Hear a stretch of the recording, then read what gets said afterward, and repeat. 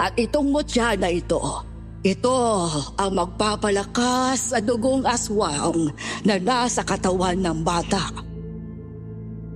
Ako pa ngayon ng hayop? Sino sa atin ang hindi man lang inaalam ang buong istorya bago gumante, ha? Ngayon, patas na tayo. Dahil susunod ka rin naman sa tatay mo, sa hukay.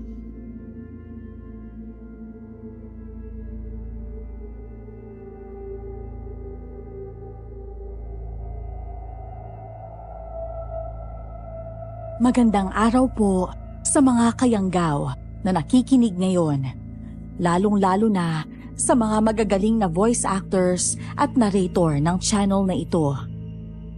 Tulad po ng iba, may mga naging karanasan din po ako tungkol sa mga aswang na nung una ay hindi ko naman talaga pinaniniwalaan. Pero nang minsang sundan ko ang tiyuhin ko sa isang probinsya, doon ko na nalaman ang katotohanan tungkol sa mga taong itinuturing naming pamilya. Upang mas maunawaan ng lahat, ako nga po pala si Rafael. At ito ang aking kwento. Bago ko simulan ng storya, huwag kalimutang mag-subscribe bilang suporta sa ating channel.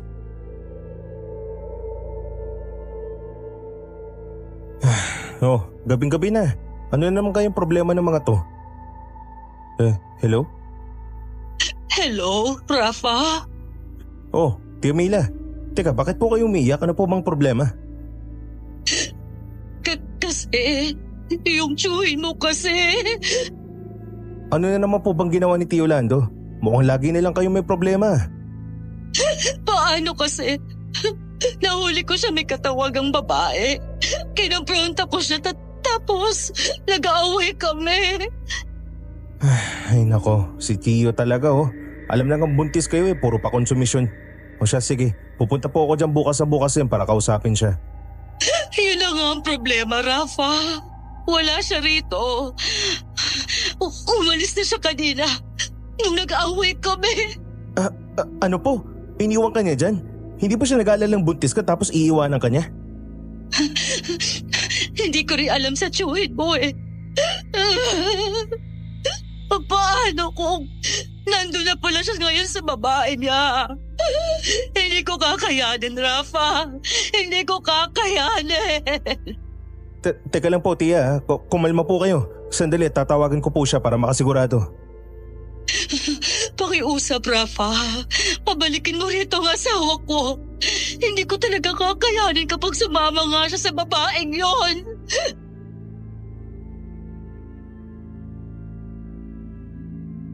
Pilit kong pinakalma si Tia Mila. At nang masiguradong kumalma na siya, ay saka ko palang ibinaba ang tawag. Napapailing na lang ako habang hinahanap sa contacts ko ang numero ni Tio Lando. Kahit kasi siya ang kadugo ko, ay hindi ko ugaling kumunsinte kapag alam kong mali na ang ginagawa niya. Buntis pa naman si Tia Mila noon at magiging kargo de konsensya ko talaga kapag may nangyaring masama sa kanila ng sanggol na dinadala niya.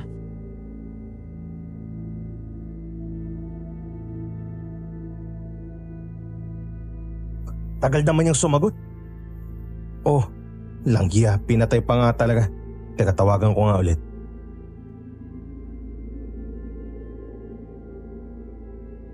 Ay, mabuti naman po at sinagot niyo na. Hello po. Sino po to? Hala, bata? Hello? Nandiyan ba si Cholando? Tay! Tay! May tumatawag po sa inyo. Hala, Tay? Si Cholando ba yung tinutukoy niya? Teka nga, baka mali lang ako ng numerong na-dial. Pero tama naman ah. Hello, Rafa? Chong, nasa po ba kayo? Gabi na. Umalis pa talaga kayo at iniwan si Tia Mila ng mag-isa sa bahay niyo. Hindi ba kayo nag-alala para sa anak niyo yung pagbubuntis niya? Aba, teka lang naman Rafa. Bakit naman para nagagalit ka kagad sa akin? Tumawag ka lang ba para pagalitan ako ha? Baka nakakalimutan mong tiyuhin mo ko. Hindi ko po nakakalimutan yun. Pero sana po wag niyo rin kalimutan yung responsibilidad niyo sa asawa niyo. Kahit po kadugo ko kayo, hindi ko kayo kakampihan lalo na kapag alam kong mali na po yung ginagawa nyo.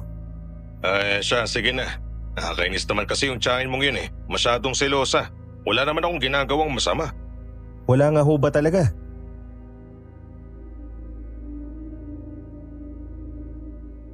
Natahimik si Tio Lando dahil sa sinabi ko. Totoo naman kasing hindi naman magsiselos ang asawa niya kung wala itong nakikitang ginagawa niyang mali.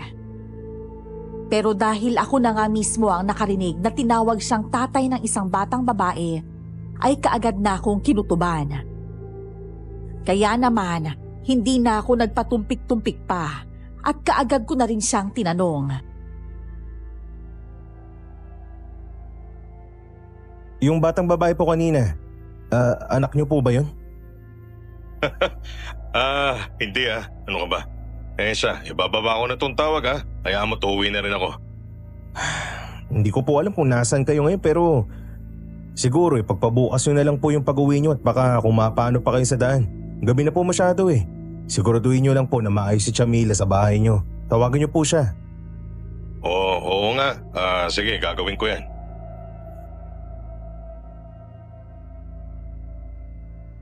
Naisandal ko na lang ang ulo ko sa sofa dahil sa stress sa mag-asawa. Hindi lang kasi ito ang unang beses na nagsumbong sa akin si Tia Mila. Pero mas malala na ngayon dahil pakiramdam ko ay may tinatago talaga sa amin si Tio Lando. Pero ayokong magsumbong kaagad kay Tia Mila tungkol sa nalaman ko. Gusto ko kasing ako mismo ang magkumpirma ng hinala ko. Kaya naman, nang umuwi na si Tio Lando sa kanila, ay inaabangan ko talaga kung kailan siya aalis para masundan ko kung saan siya pupunta.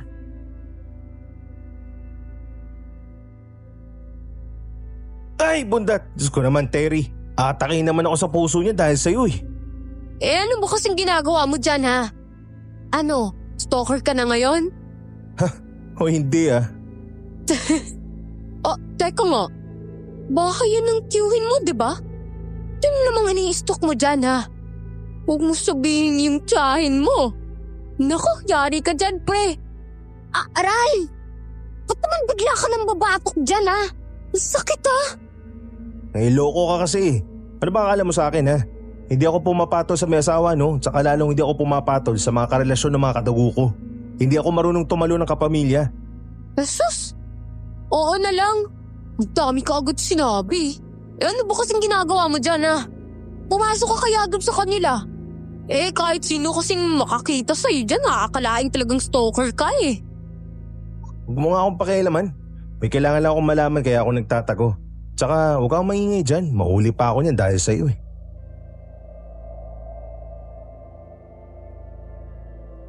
Tiningnan ko ng masama si Terry bago bumaling sa gawin ng bahay ni Tio Lando. Si Terry nga po pala ay kaibigan ko simula pa nung high school. At opo, isa siyang tibo. Ilang sandali pa nga lang ay lumabas na si Tio Lando sa bahay nila. Nakabihis siya ng pangtrabaho, polong kulay sky blue at itim na slacks.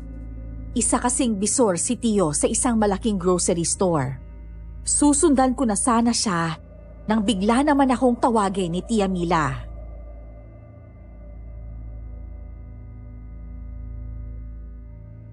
Rafa? Rafa! Halika! Kanina ka pa ba riyan? At kasama mo rin ang kaibigan mo. Ang aga niyo naman yatang maggala. Good morning po, Tita Mila. Gusto ko lang po sana kausapin si Tio kaso pupunta pala siya sa trabaho. Ay, oo. Bakit hindi muna kayo pumasok niyang kaibigan mo? Sakto may niluto ako sopas. Naparaming luto ko kaya sayang naman kung itatapon ko yung tira. Alam mo naman, bawal na akong kumain ng marami sabi ng OB ko. Sige po. Yun! Buti na lang sumunod ako sa'yo, tol. May palibreng agahan pa. Sakto, kanina pa ako gutom. Sus, palagi ka namang gutom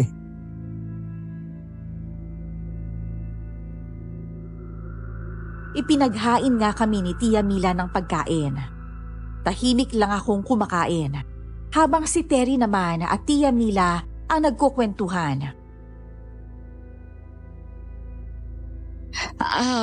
Rafa, pwede ka bang makausap mamaya ng ikaw lang?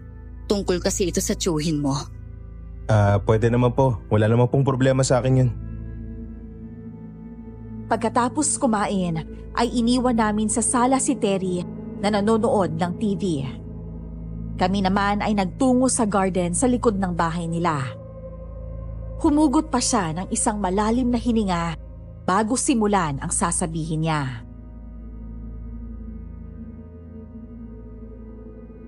Alam mo, simula nang marinig ko ang tiyuhin mong may tatawagan sa telepono, hindi na talaga ako matahimik.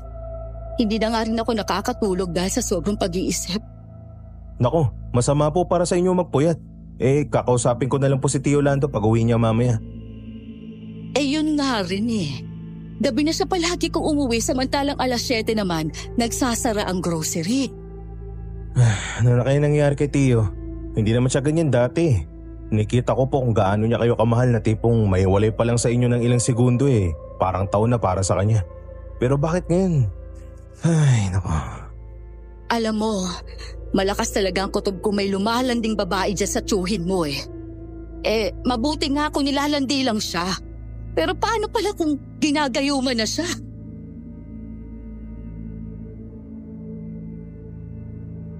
Hindi ako nakaimik sa sinabing yon ni Tia Mila. Hindi sa hindi ako naniniwala. Mahirap kasi isiping may maliligaw pang tao sa lugar namin na gagamit ng gayuma para lang makabingwit ng lalaki. Iho, ayos lang ba kung humingi ako sa'yo ng pabor? Anong pabor po ba? Sabihin niyo po at tutulong po ako hanggat kaya ko. Nagpaalam kasi ang tiyo mo na sa darating na Sabado may gaganapin daw na team building sa isang liblib na probinsya. Pero kasi duda akong team building talaga yun Kasi sino bang magte-team building sa liblib na lugar? Ang alam ko kasi sa mga resort ginaganap ang mga ganyan. Kung ganun, ano pong gusto niyong gawin ko? Okay lang ba kung pasundan ko siya sa'yo? Alam mo naman ang sitwasyon ko. Buntis ako. Kaya hindi ko kakayanin bumiyahe ng malayo. Huwag ka mag-alala. Sagot ko lahat ng gastos. Basta sundan mo lang ang tiyuhin mo.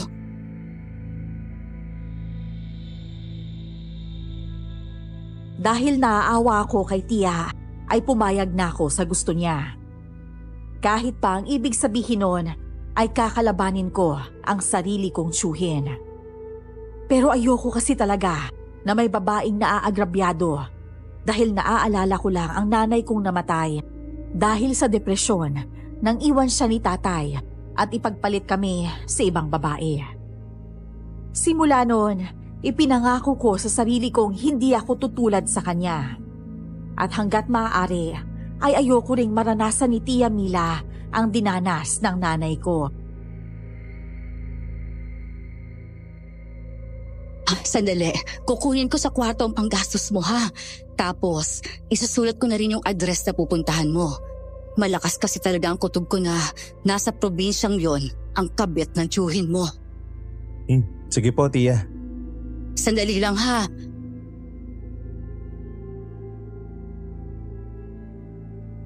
Hinintay ko lang siya sa garden at ilang sandali pa nga lang ay dumating na rin siya. Dala ang isang sobre at isang papel. Ngunit ang mas nakaagaw ng atensyon ko ay ang hawak niyang itim na parang pouch na hindi ko alam kung ano ang laman.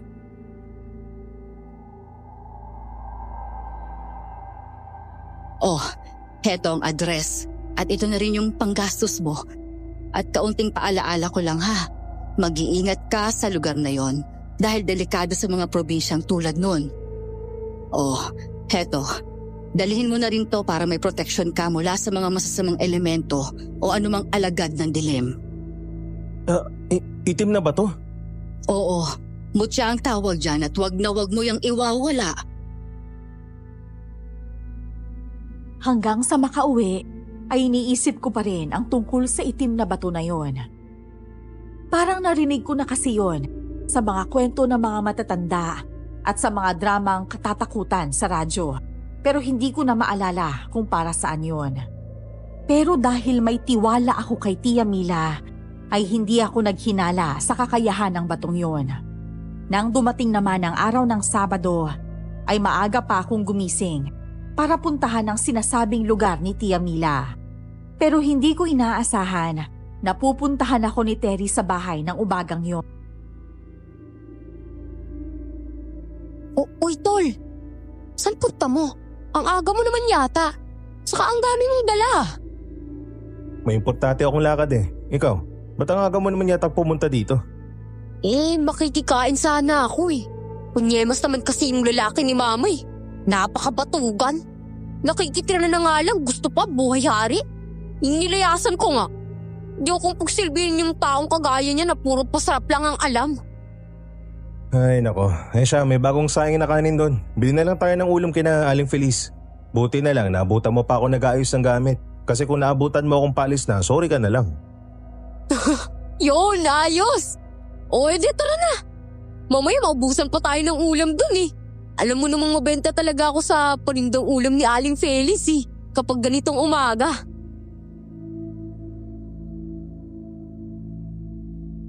Kahit naiinis ako minsan sa ingay ni Terry, ay hindi ko pa rin maiwasang maawa sa kanya, lalo na sa usapang pamilya. Halos pareho lang din kasi kami ng pinagdaanan. Pareho kaming iniwanan ng mga tatay namin. Ang kaibahan lang namin ay may nanay pa siya, habang ako naman mag-isa na lang na tinataguyod ang sarili ko. Siya nga po pala, gumagawa po ako ng mga pandesal na nilalako ko tuwing umaga sa barangay namin.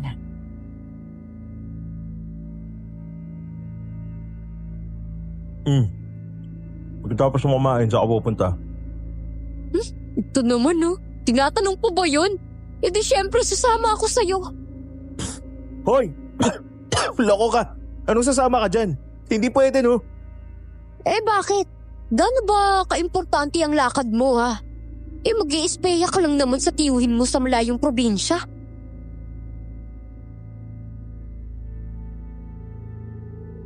Hindi na itinuloy pa ni Terry ang sasabihin at napatakip na lang sa sariling bibig nang marealisa ang mga sinabi niya. Nagsalubong tuloy ang mga kilay ko habang pinaniningkitan siya ng mga mata.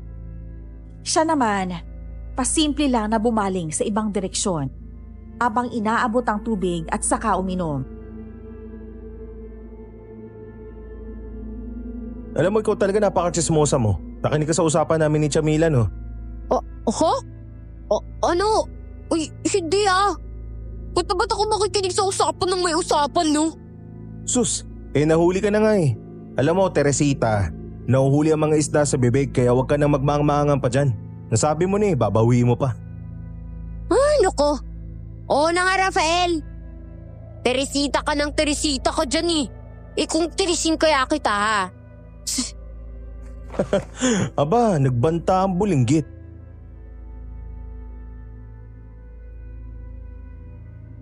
Natawa na lang ako nang mapairap si Terry sa akin.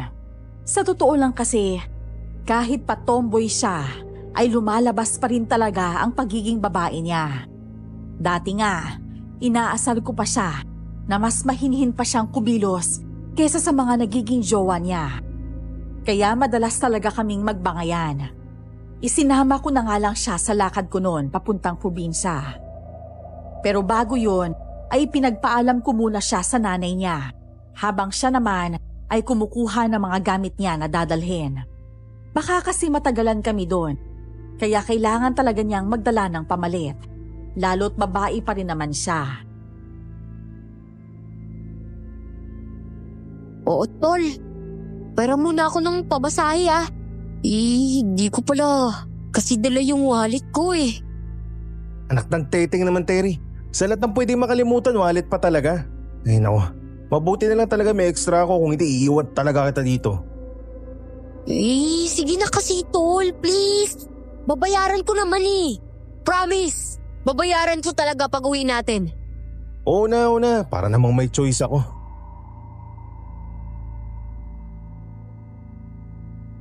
Habang umaandar ang sinasakyan naming bus, ay hindi ko maiwasang mag-isip sa kung anong pwede naming madatnan doon. Kung ano bang magiging reaksyon ko oras na malaman ko ang tinatago ni Tio Land. Huwag lang sanang tumama ang hinala ko. Uy, sino kausap mo dyan? Baka mamaya, may nakikita ka nang hindi ko nakikita ah. Patagal talaga ng patagal, mas lalo ko nang nagiging weird eh. Alam mo yun? Huwag mo na lang akong pansinin, matulog ka na lang dyan kasi malayo pa yung biyahe.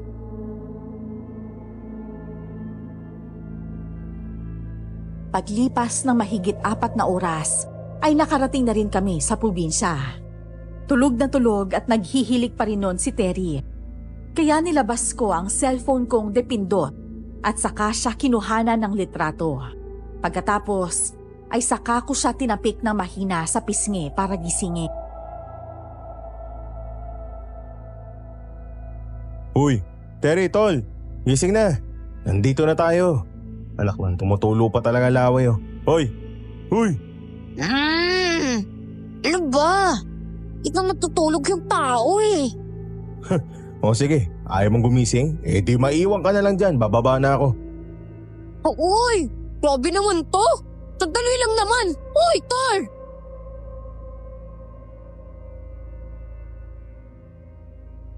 Dahil hindi ko kabisado ang lugar, ay nagtanong muna ako sa mga taong taga doon kung saan ang sakayan papunta sa address ng baryong pinapapuntahan sa akin ni Tia Mila.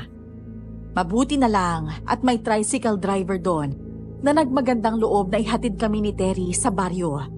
Kahit pa sinabi niyang aabuti ng 30 minutos ang biyahe papunta roon. Sabi niya kasi ay maraming loko na driver na naniningil ng sobrang mahal, lalo na't liblib nga ang lugar.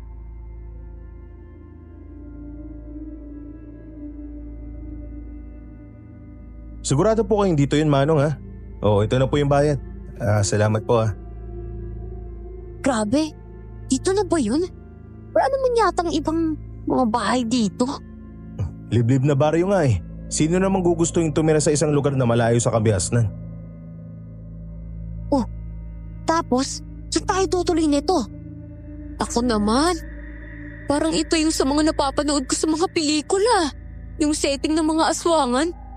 Hindi naman siguro tayo mapapaabot ng gabi rito, no? Shh! Alam mo ikaw, ang dami mo talagang kuda. Yung totoo ha? Tomboy ka ba o bakla? Ang ingay mo eh. Ay nako, kahit kailan ka talaga killjoy mo. Eh pero tol, kakatakot talaga tong baryo na to eh. Sobrang tahimik. Kakaprading. Saka baryo pa ba tong matatawag eh? Wala namang katao-tao. Hindi ko na siya nagawa pang sagutin nang makita ang paparating na tricycle. Dahil sa pagkataranta, ay kaagad kong nahila si Terry papasok sa talahiban. Magrereklamo pa sana siya nang mabilis kong tinakpan ang bibig niya gamit ang kamay ko, saka itinuro ang tricycle. Tumigil yun sa harap ng isang hindi kalakihang bahay na gawa sa kahoy at lumabas mula ron si Tio. Kasunod niya ang isang batang babae na sa tansya ko ay nasa 10 hanggang 12 anyos. Sabay nilang sinalubong ang isang matandang lalaki.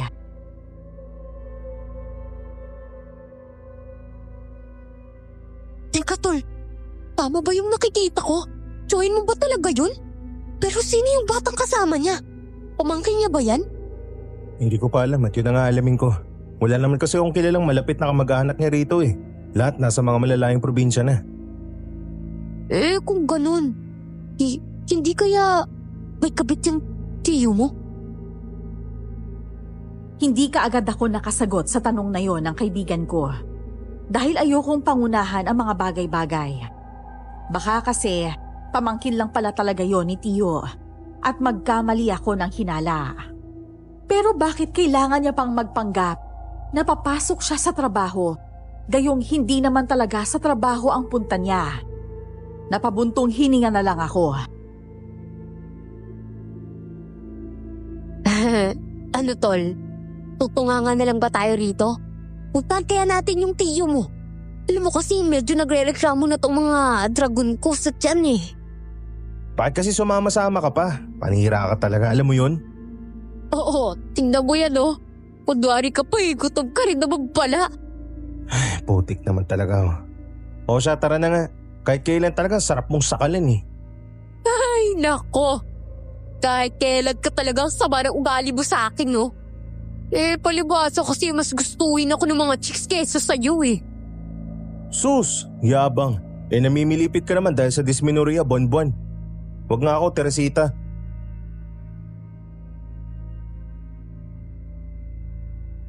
Napanguso na lang siya habang nakasunod sa akin sa paglalakad. At nang makarating na nga kami sa mismong harap ng bahay, ay ilang beses pa muna akong napahugot ng malalim na hininga bago kumatok sa gate na kawayan. Dahil masakit sa kamay ang kawayan, ay bato ang ginamit kong pangkatok doon. Tao po! Tao po! Tao po! Ay, ayun. Sumilip yung bata oh. Tay! May mga tao po sa labas! Abat sino namang? Rafa? Tio Lando. Kaya pala. Tara dito sa loob, pasok kayo. Tay? Sino po sila? Siya si Kuya Rafa, pinsan mo siya. Pinsan? Kaninong anak po ba siya? At saka bakit parang hindi man lang kayo nagulat na makita ako rito? Siyempre nagulat ako. Pero alam ko naman nang darating ang araw na susundan mo ako rito eh. Alam ko nag-uusap kayo ni Mila at alam kong siya ang nagpapunta sa'yo rito, tama ba ako? Opo. Hindi ko maiwasang mapatingin sa batang babae na ayon kay Tio ay Lira ang pangalan. At habang tinititigan ko siya, ay nakikita ko nga ang pagkakahawig nila ni Tio. Hindi nga talaga may pagkakailang anak niya ito. Ngunit ang ipinagtataka ko ay paanong nagkaroon siya ng anak sa labas na ganun na kalaki. 4 na taon pa lang naman kasing kasal sina Tio Lando at Tia Mila. Alam kong kating-kati ka nang tanungin ako tungkol sa pagkatao ni Lira. Anak ko siya sa dati kong nobya at matagal din kami nagsama. Yun nga lang, may mga nangyari na hindi namin inaasahan kaya kami nagkahiwalay. Alam po ba ito ni Tia Mila? Siyempre alam niya. Hindi ka naman yata niya papupuntahin dito kung hindi, di ba? Pero ang sabi niya po kasi sa akin, nagpaalam kayo na may team building kayo eh. Pero kinukutuban daw po siya na may kikitain kayo ibang babae. Hindi mo pa kilala ang Tia Mila mo, Rafa. Marami ko pang hindi alam tungkol sa kanya. Tulad naman po ng ano? Hindi ko talaga... Lira!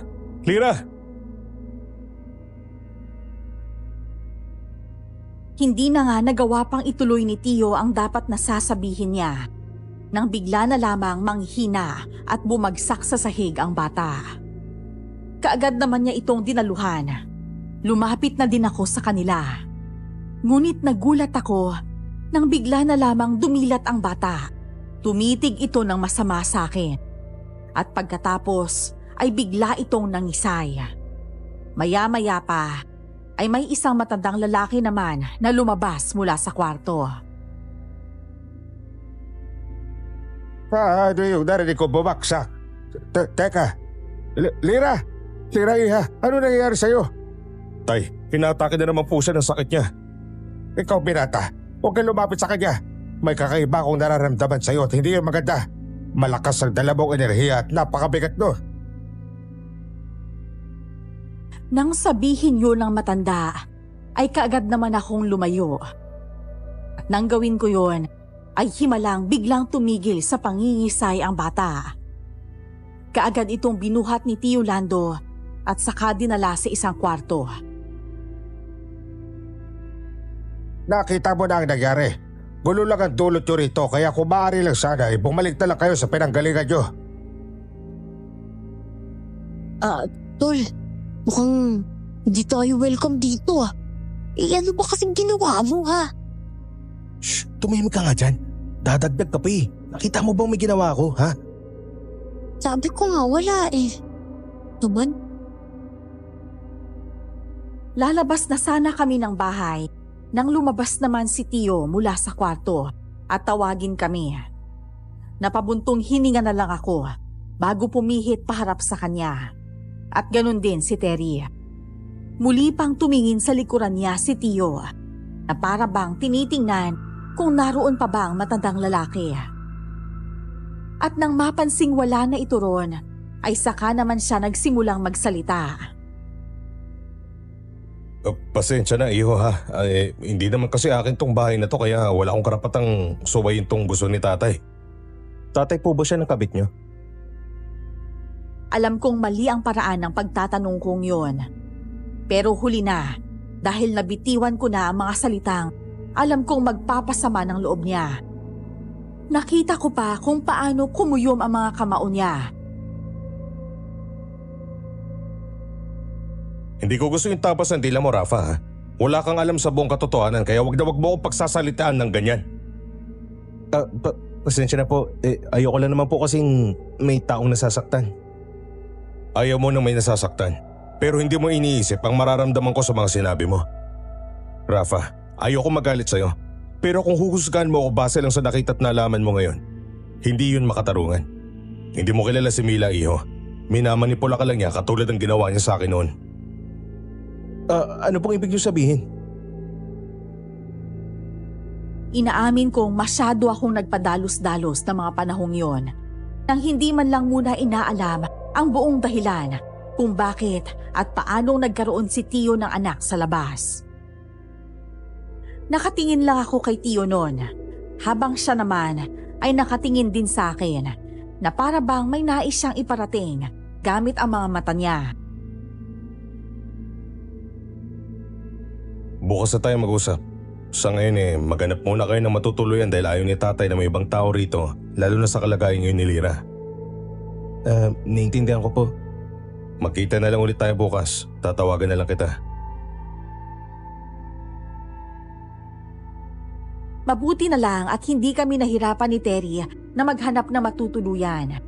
May mga bed space din kasi sa bayan at saktong may isa pang bakanting kwarto. Pero para payagan kaming magsama sa isang kwarto, ay sinabi kong nobya ko si Terry, kahit pa halata naman sa porma niyang tibu siya. Hindi rin naman naghinala ang landlord.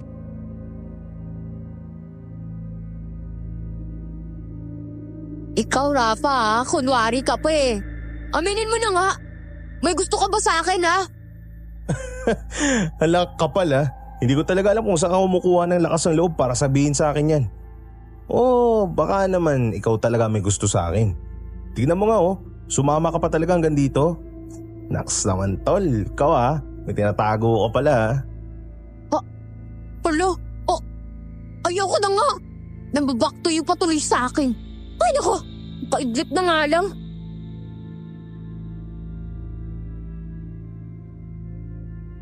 Maayos at komportable naman ang naging tulog namin sa paupahan na yon. Hindi maingay at talagang makakapagpahinga ka.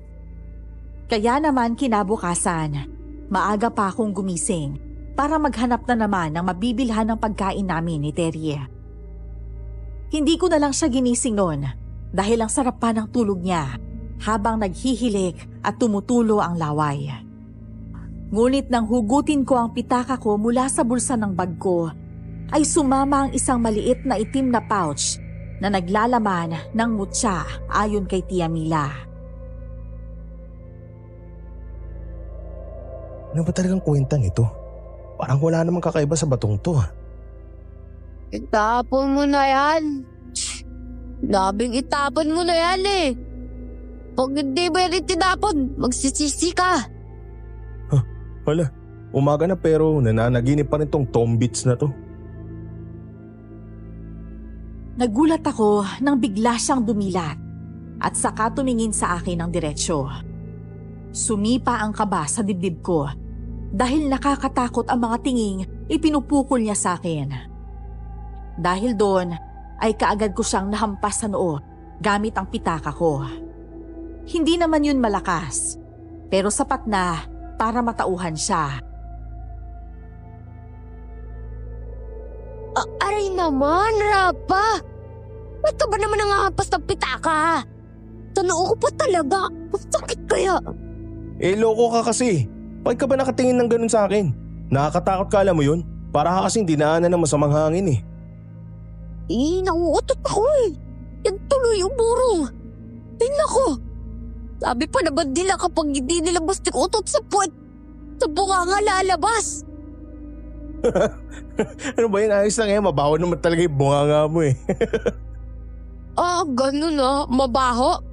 Sige nga, alika nga rito. Amoy mo nga itong mabaho kung hininga ha. Hoy Terry sinasabi ko sa'yo. Pakabalahura naman talaga Bandang tanghali nang tumawag sa akin si Tio Lando para tanungin kung saan ang address ng tinutuluyan namin. Sinabi ko naman sa kanya ang lokasyon at paglipas ng halos 20 minutos ay nakarating din siya.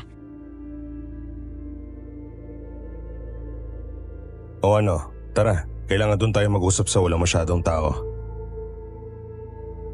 Okay lang po ba kung isama ko si Terry? Naku, wag na. Dito na lang ako, no? Mag-iingat na lang kayo sa pupuntahan niyo. Sigurado ka ba? Oo, syempre naman, no. Nakakaalam mo sa akin. Paslit? Siya, sige. Huwag kang aalis yan hanggat wala ako Hindi mo kabisado ang lugar na ito. Baka mamaya mapagtripan ka dyan sa labas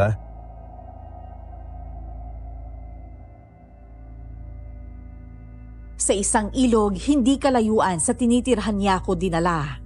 Umupo lang ako sa isang malaking batong nandun, habang si Tio naman ay sa kalapit na bato rin umupo. Saglit pa kaming binalot ng katahimikan bago siya nagsimulang magsalita.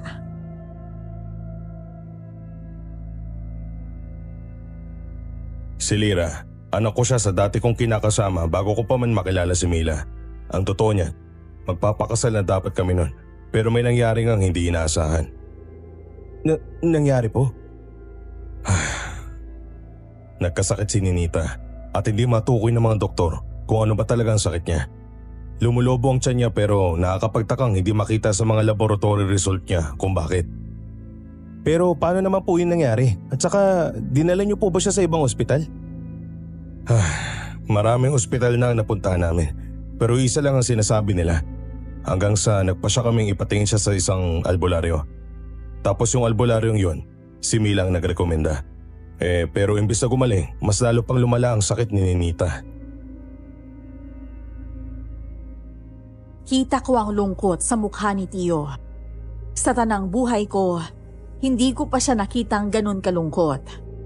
At kung nagtataka kayo kung bakit hindi ko alam ang tungkol sa nangyari sa kanya bago niya napangasawa si Tia Mila, ay dahil nagtatrabaho siya noon sa ibang probinsya. At ang ipinakilala niya sa amin ay si Tia Mila, ilang mapapangasawa niya raw. Lingid sa kaalaman namin ay may kinakasama na siya noon sa probinsya at may anak na. Hindi niyo po ba naisip na ipatingin sa ibang albularyo yung dating kinakasama niyo? Binalak namin.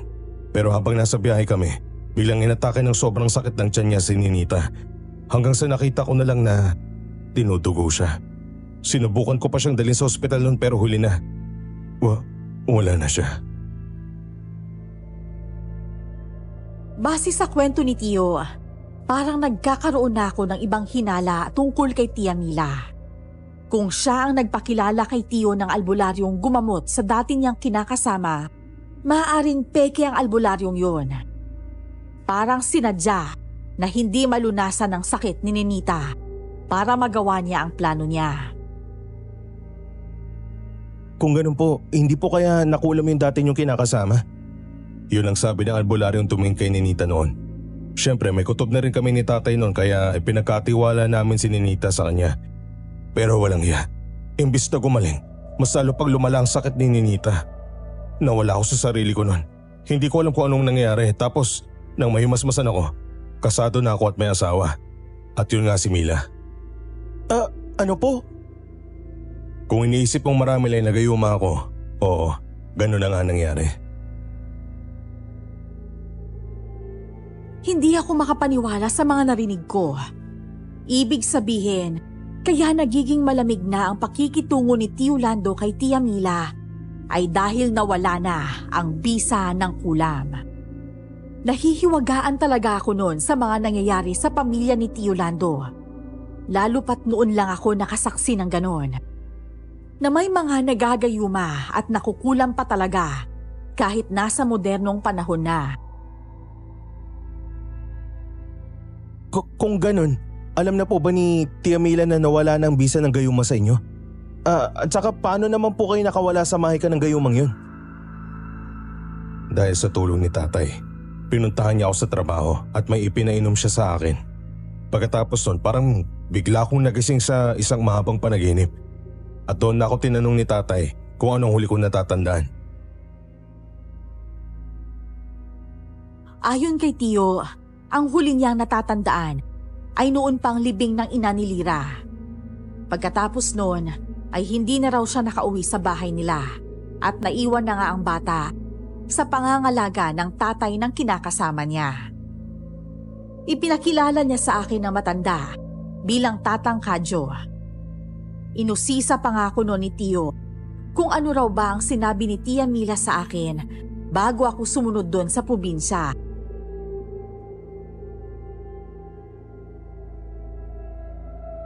Ang sinabi niya lang naman po sundan daw po kita rito dahil hindi niya yun magagawa lalo't buntis siya. Malakas daw po kasi ang kutob niya na babae raw pong ipinunta niyo rito Babae naman pala talaga pero anak niyo naman. Yun lang ba? Siya po yung sumagot ng pamasahe sa panggastos ko. At saka may isang bagay po siyang binigay sa akin. Ang sabi niya, proteksyon ko raw po yun laban sa mga alagad ng dilim. Proteksyon? Opo, eto po. Kaagad kong nilabas mula sa bulsa ko ang itim na pouch at saka iniabot kay Tio. Kunot noon niya naman yung kinuha sa akin at saka inilabas ang itim na mutya na laman noon. Nagtataka kong pinagmasdan si Tio nang kumuyom ang kamay niyang nakahawak sa itim na pouch. Bahagya pa yung nanginginig. At nang muli kong balingan ang mukha niya, ay mababakas ang galit mula ron. Tara, sama mo ko kay Nana Sandra. Sino po si Nana Sandra? Isa siyang albularya at siya ang nagbigay kay tatay ng gamot para mapawala ang bisa ng gayuma. Siya rin ang gumagamot kay Lira ngayon. At ang sabi ni tatay, may nararamdaman siyang mabigat na enerhiya mula sa'yo. Malakas ang kutob kong dahil yun sa mutyang ito. Bakit ang sabi po ni Tia proteksyon daw po yan? Kung nagawa niya akong gayumahin noon, paano mo naman nasisiguradong hindi ka niya gagawan ng masama? Tulad ng sinabi ni Tio, ay pumunta nga kami sa albularyang si Nana Sandra.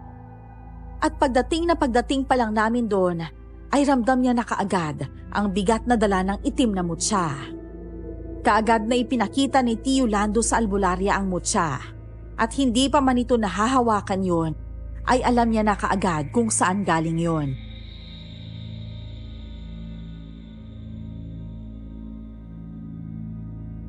Isang aswang ang may-ari ng mutya na yan.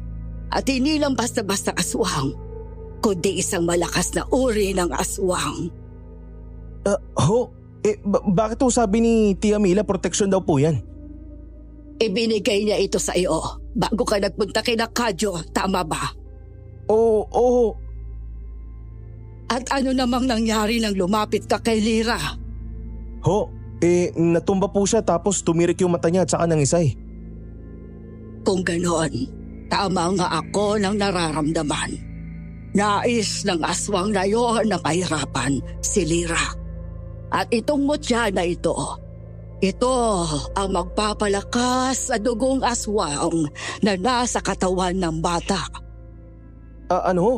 May dugong aswang po si Lira? Teka, paano po nangyari yun?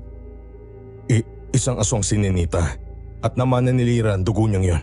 Pero mas nangingibabaw ang dugong tao niya. Pero nahihirapan siya dahil sa kulam. Kinulam po siya? Naku naman po, Tio. Huwag niyo pong sabihin si Tia Mila na naman po may kagagawan nun sa kanya. Hindi sumagot si Tio, pero base sa ekspresyon ng mukha niya ay alam ko na kung ano ang sagot sa tanong ko. Nang mga oras na yon, ay nagsisisi ako sa pagiging padalos-dalos ko sa pagdedesisyon. Kinampihan ko ang taong siyang tunay na may kasalanan at pinaghinalaan ko ang isang taong hindi naman kontrolado ang lahat ng mga nangyayari sa paligid niya.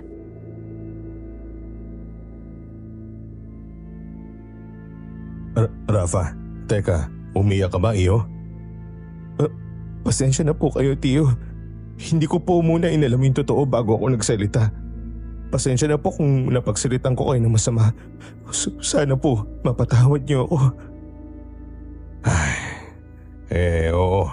Nagalit ako sa'yo pero naisip ko rin na dahil din sa mga pinagdaanan mo kaya ganun na lang yung naging reaction mo nang malaman mong may anak ako sa labas.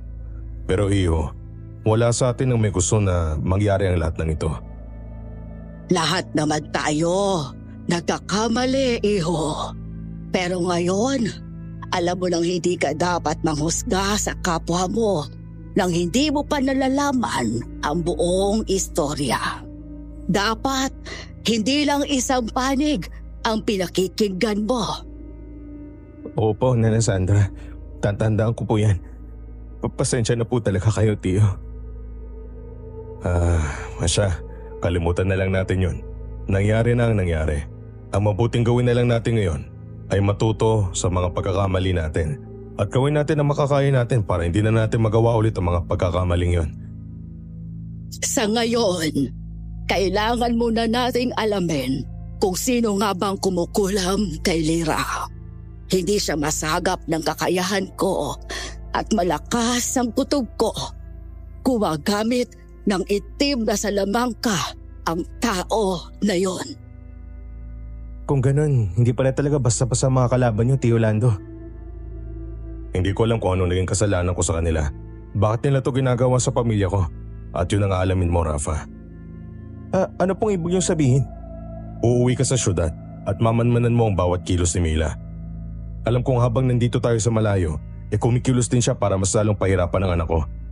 Buti sana kung ako lang ang pinakulam niya pero hindi namin niya pa talaga yung bata. Kung ganun, bakit hindi niyo po siya kinumpronta na alam niyo na po yung totoo? Dahil natatakot ako sa maaari niya pang gawin sa anak ko. Oras na malaman niyang nawala na ang bisa ng gayuma sa sistema ko. Hindi ko rin naman masisisi si Tio Lando kung bakit takot siyang ipakita sa asawa niya na alam na nito ang katotohanan. Kailangan niya kasing unahin ang kapakanan ng anak niya, lalo't napakabata pa nito para pagdaanan ang mga ganong bagay. Naaawa ako noon kay Lira dahil imbes na inaalagaan siya ng tatay niya dahil wala na ang nanay niya, ay nawala din ang tatay niya sa kanya ng ilang taon. Makakaasa ba ako sa iyo, Rafa? Sige po, gagawin ko po ang makakaya ko. Maraming salamat. Magkasama kaming bumalik ni Terry sa syudad. Ngunit kauuwi pa lang namin, maya-maya lang ay nandun na naman siya sa bahay ko. Bala ko pa naman sanang magpahinga dahil kinabukasan ay magsisimula na ako sa gagawin kong pagmamanman kay Tia Mila. Pero hindi lang ako magmamanman, kundi gagawa rin ako ng tinapay na ilalako ko para naman may alibay ako sakaling mahuli ako ni Tia Mila na nakasunod sa kanya.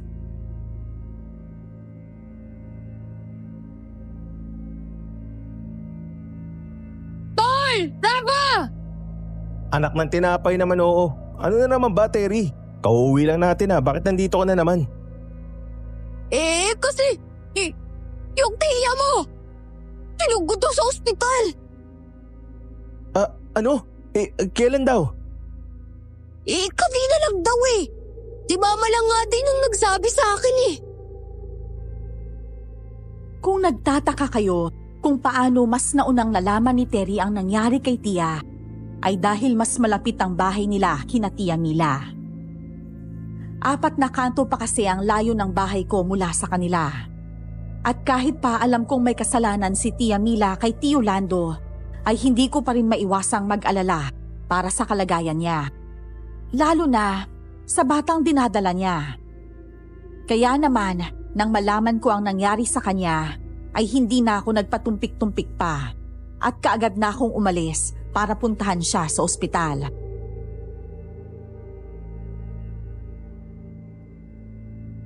Para talagang buntot ko, no? Bakit ba? Alam mo naman nag-aalala din ako sa lagay ng tiya mo eh. Saka para ko na rin siyang tiya kasi ang bait niya rin sa akin eh. Tapos welcome pa ako sa bahay nila. Sus! Teka, asan na ba yung emergency room nila? Ayun, tara dun.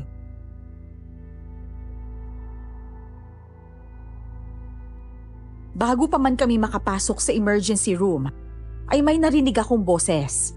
Kaya hindi na muna ako tumuloy. Si Tia Mila ang may-ari ng boses na yon. Pero parang may kausap siya sa cellphone. Maging si Terry ay napahinto rin at nakinig sa pakikipag-usap ni Tia sa kung sino mang kausap niya noon. Ngunit para akong binuhusan ng gasolina at kaagad na nagliyab sa galit nang marinig ko kung tungkol saan ang pinag-uusapan nila.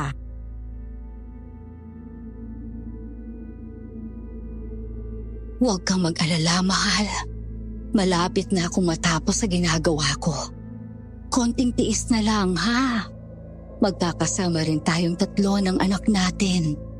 Saglit na lang at magtatagumpay nga ako sa plano kong palabasin ang dugong aswang ng anak ni Lando. At kapag nangyari yon, ito mismo ang papatay sa kanya. Lintik lang ang walang ganti. Ano raw? Teka, sino tinatawag niyang mahal? At saka, yung batang babae, yung anak ni Mang Lando? May dugong aswang? Hoy, tol! Teka! Namumula ka na sa galit ah! Huwag ka naman magpadalos-dalos! Tiyan mo pa rin yan! Pues, hindi ko na siya tsahin ngayon dahil niloloko niya lang si Tio.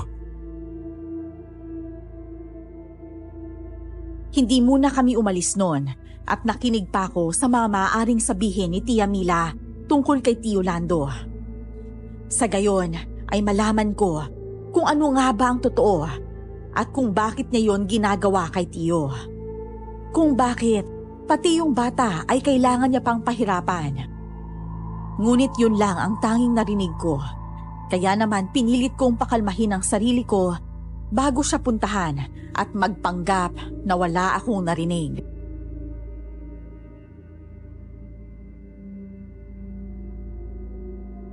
Tia Mila? Rafa? Kanina ka pa dyan? At saka, kailan ka pa nakabalik? Ang totoo po niyan, kararating ko lang po. At saka kaninang 6:00 ng umaga lang po kami nakauwi. Kami? Sinong kasama mo? Ako po. Hi po, tita. Sumama ka pala kay Rafael sa probinsya. Kumusta naman ang bakasyon niyo doon? Maganda po doon. Tahimik. Kaso nga lang po, medyo boring kasi hindi ako makapasyal nang walang kasama eh. Importante po kasi yata yung inuutos niyo kay Rafa kaya hindi na po ako sumama sa kanya. Hayaan mo. Baka sa susunod na punta mo doon makapasyal ka na.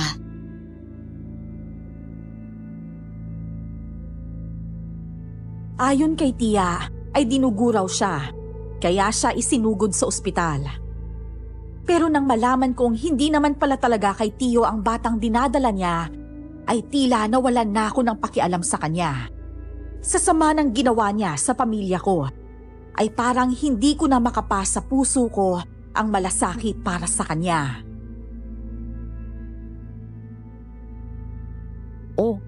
Ano ang plano mo ngayon? Sa ngayon, magpapahinga na muna ako. Masyado akong nawiwindang sa mga nalalaman ko eh. Nakakapagod mag-isip.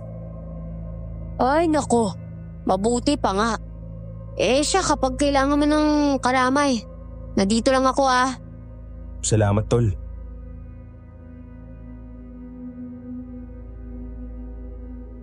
Alas 6 pa lang ng gabi ay nakapaghapunan na ako. Bala ko kasing matulog na maaga para magkaroon ng sapat na pahinga. Ngunit bandang hating gabi ay bigla na lang akong napabalikwas nang makarinig ako ng mga kalabog mula sa kung saan. Pinakinggan ko pa yung mabuti hanggang sa ang mga kalabog ay umabot na sa bubong ng bahay ko. Kaagad naman akong naalarma, lalo na ang mga kalabog na yon ay sinundan pa ng mga pagkalmot at pagbaklas ng kung ano bang nilalang na nasa bubong. Buisit, ano naman kaya yun? Hoy, ikaw na nasa bubong kung sino o ano ka man, huwag mong hintayin na magalit pa ako bago ka umalis dyan. Sinasabi ko sa'yo, hindi mo magugustuhan ang gagawin ko kapag hindi ka pa tumigil dyan, punyemas ka. Ba't matapang ka ha? Pues may kita mo, hinahanap mo. Dahil hindi pa man ako nakakakita ng aswang, ay wala pa akong ideya tungkol sa kanila. Kaya naman ang mga oras na yon ay hindi pa ako nakaramdam ng takot at malakas pa ang loob ko na lumabas. Ang tanging sandatang bitbit ko lang ay isang maliit na palakol na ginagamit ko sa pagsibak ng kahoy. Paglabas ko ng bahay ay kaagad kong sinipatang nilalang na nasa bubong. At sa tulong ng liwanag na nanggagaling sa mga poste ng ilaw ay nakita ko ang isang nilalang na may maitim at naglalangis na balat.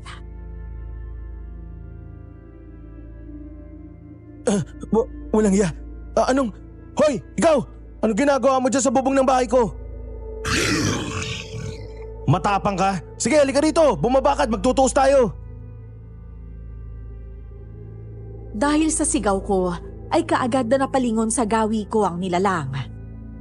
Maya-maya pa ay mabilis itong gumapang. Para itong gagamba na nakakagapang sa dingding ng bahay. At pagkatapos ay tumigil sa harapan ko. Gumisi pa ito, kaya naman kitang-kita ko ang paglitaw ng matutulis nitong mga pangil. Ba't ngingisi-ngisi ka pa dyan? Walang iya ka, binulabog mo tulog ko. Alam mo ba yon? Kaya bibigyan kita ng leksyong animal ka para matauhan ka. Oh, ano ha? Ulit ka pa? Oh, walang iya ka. Ang talim niya marurumi mong kuko. Ginagalit mo talaga ako ha? Ha! Iwinasiwas ko ang palakol sa harapan niya. Ngunit mabilis siyang nakailag at nakapunta sa likuran ko.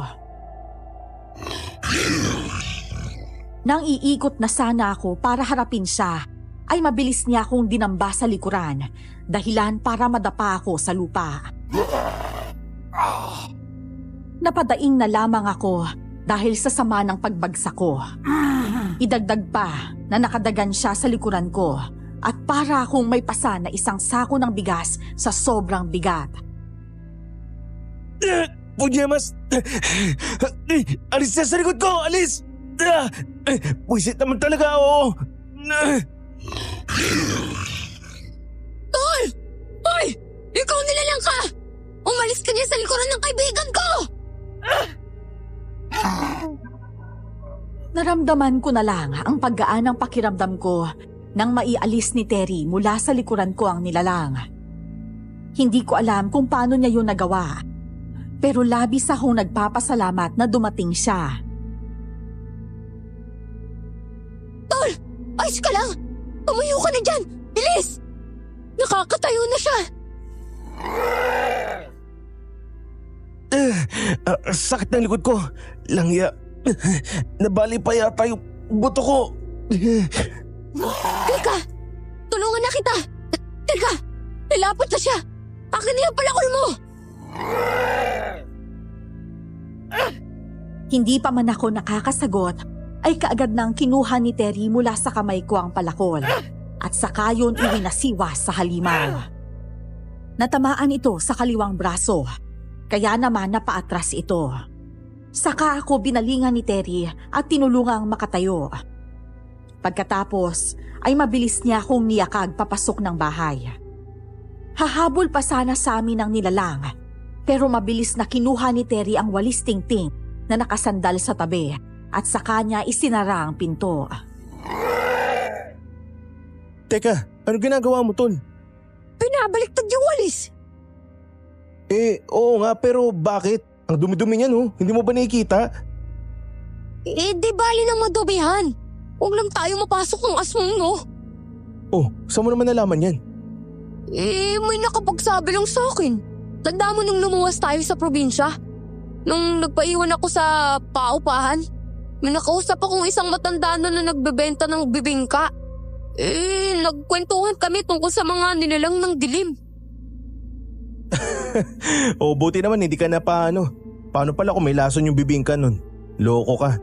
Sa susunod, huwag kang basta-basta magtitiwala kung kani-kanino ha. Kung yung mga taong matagal mo nang kakilala, nagagawa ka pang gawa ng masama. Ano pa kaya yung mga bagong kakilala, di ba? Ay naku, tatay. Hoy, anong tatay ka dyan? Naging tatay pa nga ako nung wala sa oras. Wagas ka kasi makapangaral eh.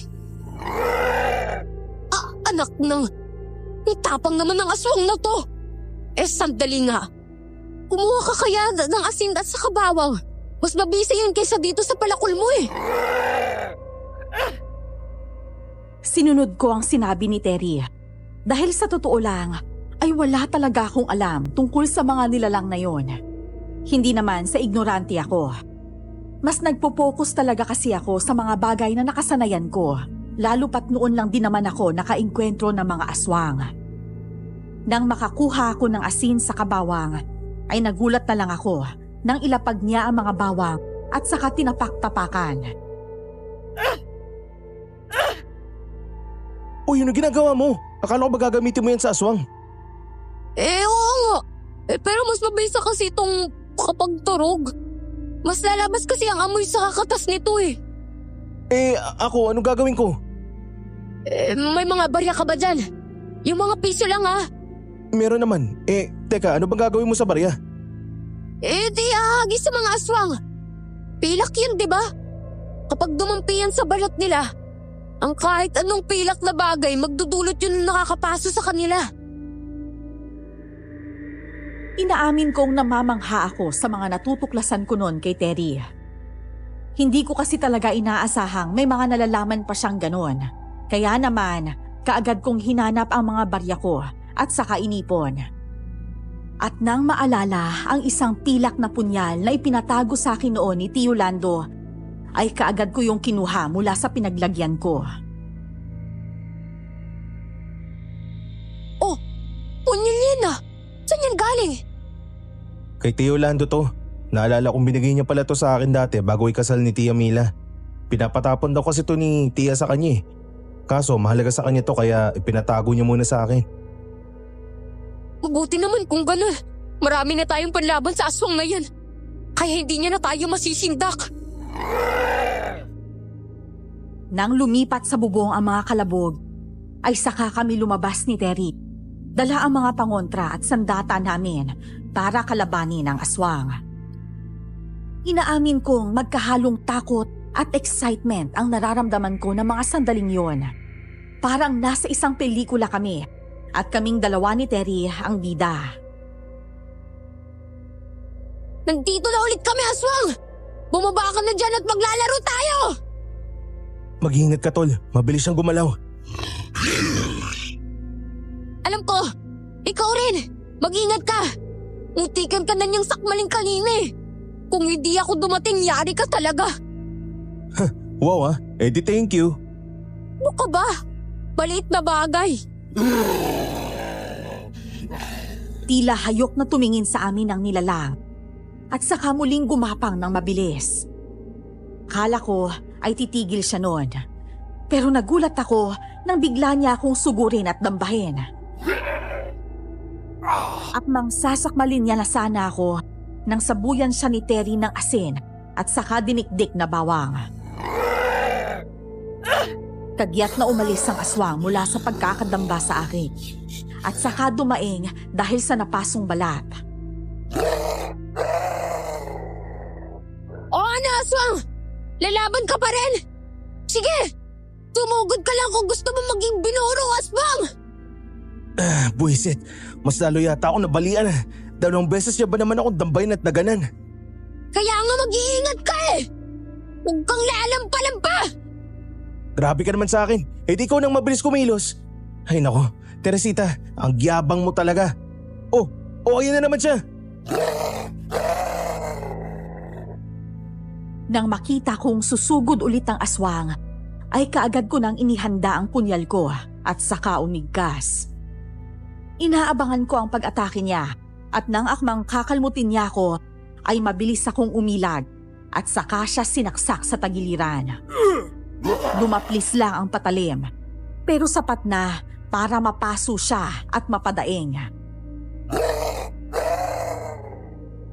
Yon! Kaya mo naman pala eh! Sino ba nagsabing hindi ko kaya? Masyado ka lang kasing mayabang. Siya, tama na yan. At tapusin na natin ang isang to. Pinagpapawisan na ako eh.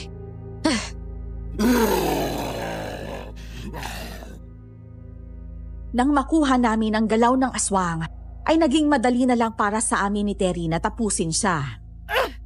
Kahit pa may mga sugat na kami sa katawan, ay ininda lang namin yon hanggang sa tuluyan na nga naming mapaslang ang aswang.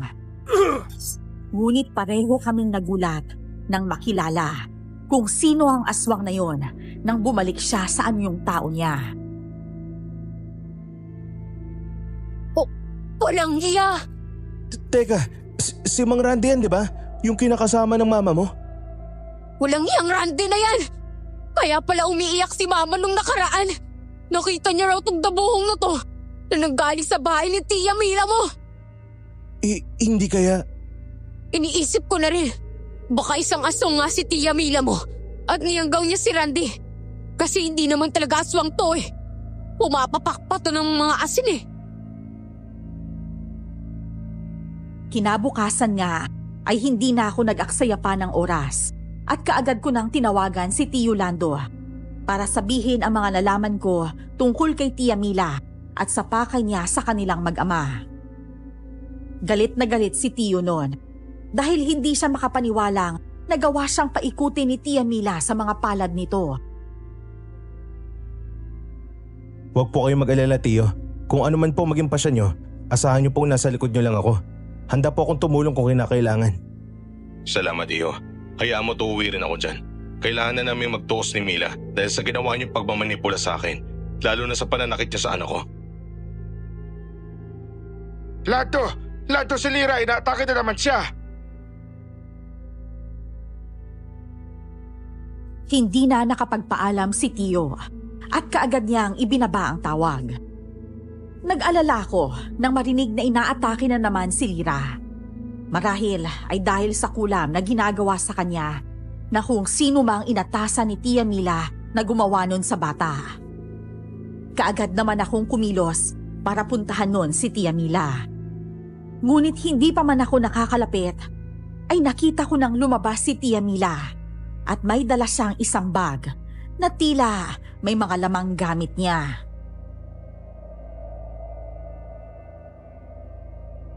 Hoy! Nangiisto ka na naman? Pambira, ikaw na naman.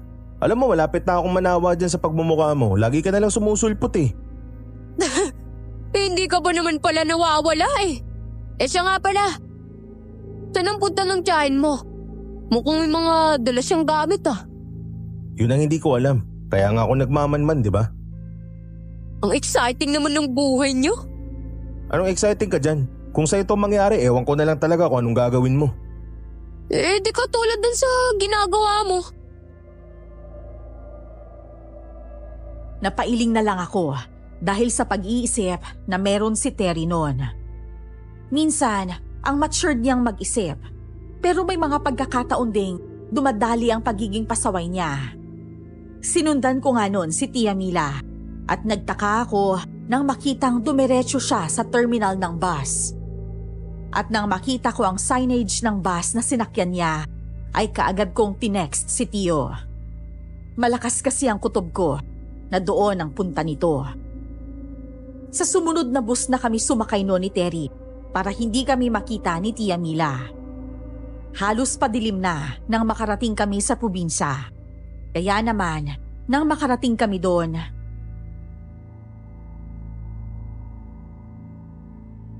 Dumito na muna kayo dahil delikado na sa labas. Nagsisimula ng lumatag ang dilim at hindi natin alam kung ano mangyayari sa inyo dyan sa labas. Alam na ni tatay na dahil sa itim na mutya na ipinadala sa'yo ni Mila kung bakit ganun na lang ang naging reaksyon ni Lira nang lapitan mo siya.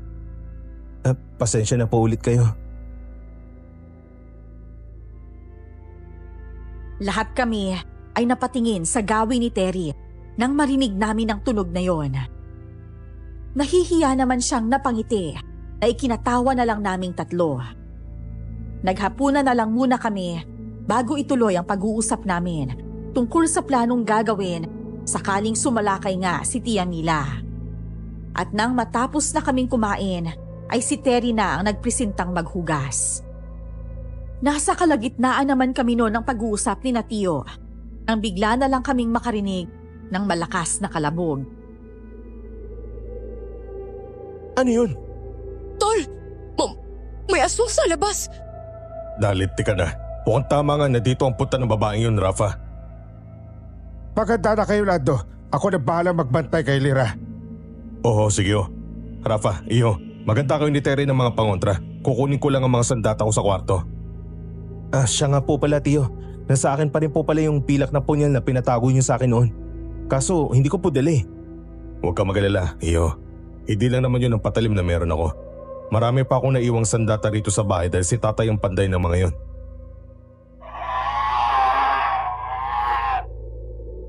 Kaagad na nga kaming naghanda habang ang aswang ay patuloy pa rin sa pangangalabog sa mga dingding ng bahay. Tulad ng ginawa no ni Terry ay nagpatiwarik naman siya ng walis tingting at pinasandal yun sa pinto. Pagkatapos ay saka kami kumuha ng bawang at saka yun isinilid sa isang plastik. Saka pinagdidikdik gamit ang puwet ng baso. At paglabas nga ni Tio mula sa kwarto ay dala niya na ang isang buntot pagi at isang tsako. Ngunit kakaiba yun dahil ang dulo nun ay may talim na animoy sa punyal.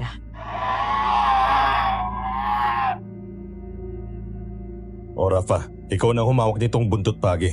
Hindi ko kasi maaaring ipagamit tong tsako sa'yo lalo't hindi ito pakaraniwang tsako lang. Sige po, Tio, salamat po. Ayos na po ito sa akin. Ang mahalaga po ay makatulong ako sa inyo. Pero ang astig nga po niyang sandata niyo. Sigurado kapag ako gumamit yan, baka ako pa unang matamaan imbis na yung aswang. Kung hindi mo kasi na itatanong, isang manunugis yung tiyo mo bago niya pa man nakilala ang anak ko. Tumigil lang siya simula nang magkaanak na sila. Alam niya kasing ang pamilya niya ang gagantihan ng mga aswang na tinutugis niya, kaya nagkasya na lang siya sa pagprotekta sa kanila. Kung ganun, hindi po kaya yun yung dahilan kung bakit gumaganti si Tia Mila kay Tio Lando? Dahil may napatay siyang isa sa pamilya ni Tia? Hindi ko alam, iho. Wala naman kasi silang nakukwento sa akin lalo na't nang mga panahon yun ay nasa ibang probinsya ako. At nang dumating ako rito, malala na ang kalagayan ni Ninita. Pero posibleng ganun na nga ang nangyari. Napuno ng kuryosidad ang isip ko dahil sa mga nangyayari sa pamilya namin. Hindi ko inaasahan na may isang manunugis pala sa hanay namin na noon ay naririnig ko lang sa mga kwentong matatanda. Naputo lang ang pag-iisip ko noon nang biglang magsalita ang aswang na nasa labas ng bahay. Lando! Lumabas ka dyan! Alam kong nandyan ka dahil naaamoy kitang hayop ka! Ako pa ngayon ang hayop? Sino sa atin ang hindi man lang inaalam ang buong istorya bago gumante, ha? Kung ganoon, lumabas ka dyan! Mag-usap tayo ng masinsinan! Huwag kang mag-alala, Mila. Dahil hindi naman ako kasing duwag mo. Lalabas talaga ako at magtutuos tayo. Sa ating dalawa, ikaw may maraming atraso at hindi ako. Tio, sigurado po ba kayong lalabas kayo? Oo, iyo. Kailangan na matapos ang kahibangan ni Mila. Hindi niyo naman ako kailangan samahan eh. Dito lang kayo at kapag nadehado ako, saka lang kayo lumabas para tulungan ako. Pero ngayon, ako na munang lalabas para makapag-usap kaming dalawa tungkol sa hindi pagkakaintindihan sa pagitan namin. Tay, mag-iingat po kayo ha? Oo naman anak. Hindi ako papayag na may mangyaring masama sa akin dahil ayoko maiwan ka.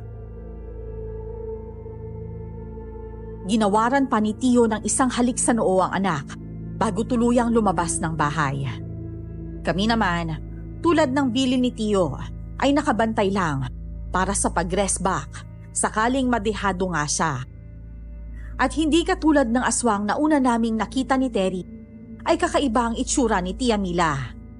Ang itim at alon-alon niyang buhok noon ay biglang humaba ng sobra, na animoy may sariling buhay.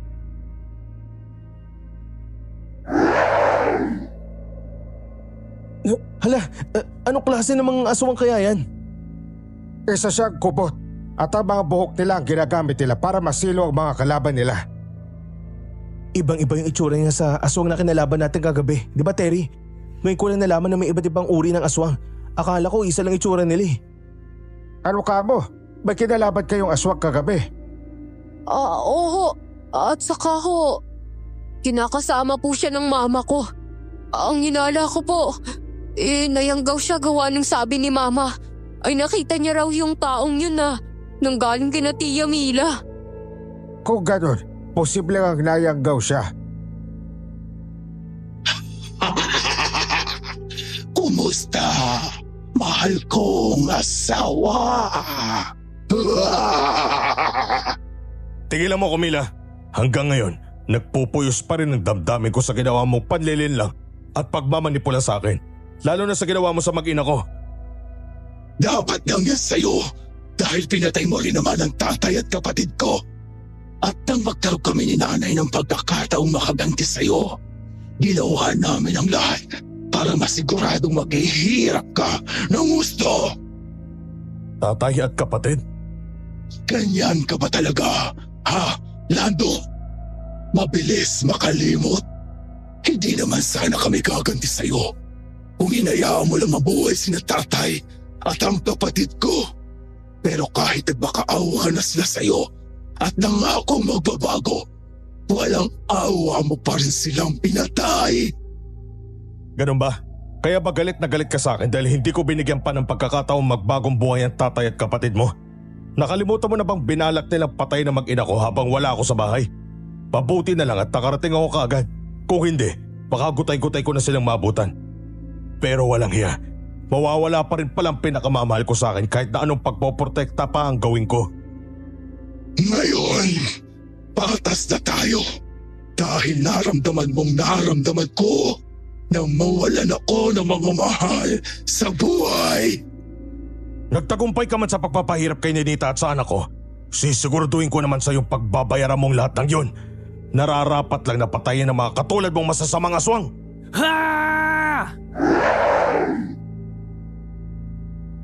Umigkas si Tio Lando at saka iwinasiwas sa hangin ang hawak niyang sandata. Lumikha yun ng tunog na para bang hinihiwa nito ang hangin. Ngunit parang hindi takot si Tia Mila sa sandata niya. Tumawa pa ito na para bang nalilibang sa mga nangyayari. Akala ko ay mauunang umatake si Tio, pero biglang gumalaw ang mga buhok ni Tia Mila at sa kanya ito tinangkang ipulupot kay Tio. Mabuti na lang at naiwasiwas ni Tio ang sandata niya at nagawa nitong putulin ang ilang hibla ng buhok ng aswang. Wala ka pa rin kupas, Lando. Maliksik ka pa rin kumilos. Tumigil man ako sa panunugis. Alam ko pa rin kung paano makipaglaban. At sisiguruduhin ko sa iyo hindi pa ikaw ang huling aswang na papatayin ko gamit tong sandata ko. Muli silang nagpambuno at pareho silang ayaw magpatalo. Pero kahit na anong liksi ng galaw ni Tio, ay naisahan pa rin siya ng aswang. Nagawa siya nitong sugatan gamit lang ang dulo ng buhok nito. Napadaing si Tio at saglit na napayuko. Doon na muling umatake ang aswang at mabilis nitong ipinulupot ang buhok sa katawan ni Tio hanggang umabot na ito sa leeg niya. Tio! Tay! Masama kang aswang ka! Bitawan mo ang tatay ko! Huwag kang mag-alala, bata. Dahil susunod ka rin naman sa tatay mo sa hukay. Tio, kunin mo yung gasolina sa ilalim ng lababo. Bilisan mo! Isa lang ang para matalo ang kubot na yan. At yun na yung sunugin ng buhok niyang nakapulupot sa tsuhid mo. Hindi na ako nagpatumpik-tumpik pa at tinakbo ko na ang kusina. Mabilis kong hinanap ang lagayan ng gasolina. At nang makita ko yon, ay sunod ko namang hinanap ang lighter. Nang makabalik ako sa sala, ay kaagad akong inabutan ni Tatang Kadyo ng isang tela. Basahin mo yan ng gasolina at saka mo ihagis sa kanya. Magagawa niya na basahin kahit ang maliit na parte lang na buhok niya at magliliyab na yun ng mabilis. Humanap ako ng daanan para hindi ako mapansin ng kubot. Pero kahit hindi niya ako napansin noon, ay naamoy niya pa rin ang gasolina. Kaya nahuli niya pa rin ako. At nang akmang pupuluputan na ako ng buhok niya, ay saka ko ibinato sa kanya ang telang may gasolina.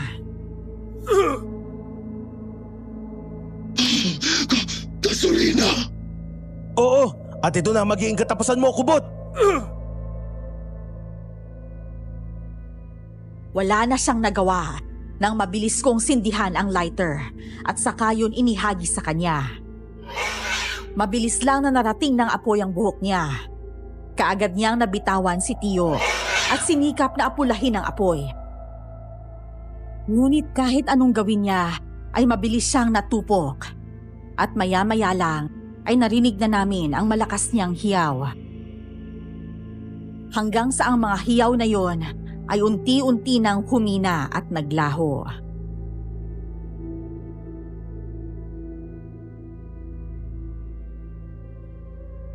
Tio, ayos lang po ba kayo? Oo, iyo. Salamat. Tay! Tahan na anak, tahan na.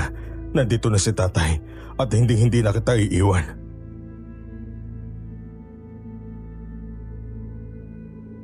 Nang mga sumunod na araw ay ibinalita naman ni Nana Sidra na patay na ang taong kumulam kay Lira. Nakita na rin ang mga pagbabago sa bata. Hindi na ito malamya at nakikitawa na rin sa amin kapag nagkukwentuhan kami. Hindi pa kasi kami umuwi kaagad noon ni Terry at sinulit muna namin ng ilang araw doon sa probinsya. Mabuti na lang at may mga ekstrang damit doon kina Tio at panloob na lang ang binili namin sa bayan. At pagkalipas ng halos 2 linggo, ay saka kami nagpasyang umuwi ni Terry sa syudad.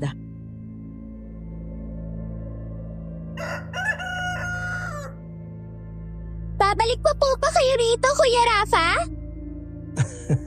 Oo naman. At sa pagbalik namin dito, dadalang kita ng pasalubong. Gusto mo ba yun? Yay! Siyempre po, gusto ko po! Basta. Magpapakabait ka rito, ha? Opa, Ate Terry! Anak ng... Ate na naman? Babae naman po kayo, ah. Hayaan mo na tol, bata eh. Siya, mag-iingat kayo sa pag-uwi ha. Opo Tio, kayo rin po. Mag-iingat kayo rito. Tsaka bumisita rin kayo sa amin paminsan-minsan. Oo naman, bibisita din kami sa inyo. Natahimik na nga nun sa wakas ang buhay ni Tio at ng anak niyang si Lira. At hindi na ito matatawag na anak sa labas dahil napag-alaman ni Tio Lando na hindi naman pala rehistrado ang kasal nila sa munisipyo. Sa ngayon po ay nasa senior high school na si Lira at dito na sila nakatira ni Tio sa syudad. Si Terry, tomboy pa rin. At kung tatanungin niyo kung anong estado ko, ay kasado na po ako at may 2 ng anak. Dito ko na lang po tatapusin ang kwento ko, Miss Esperanza. Maraming salamat po sa pag-ere nito at more powers po sa inyong channel.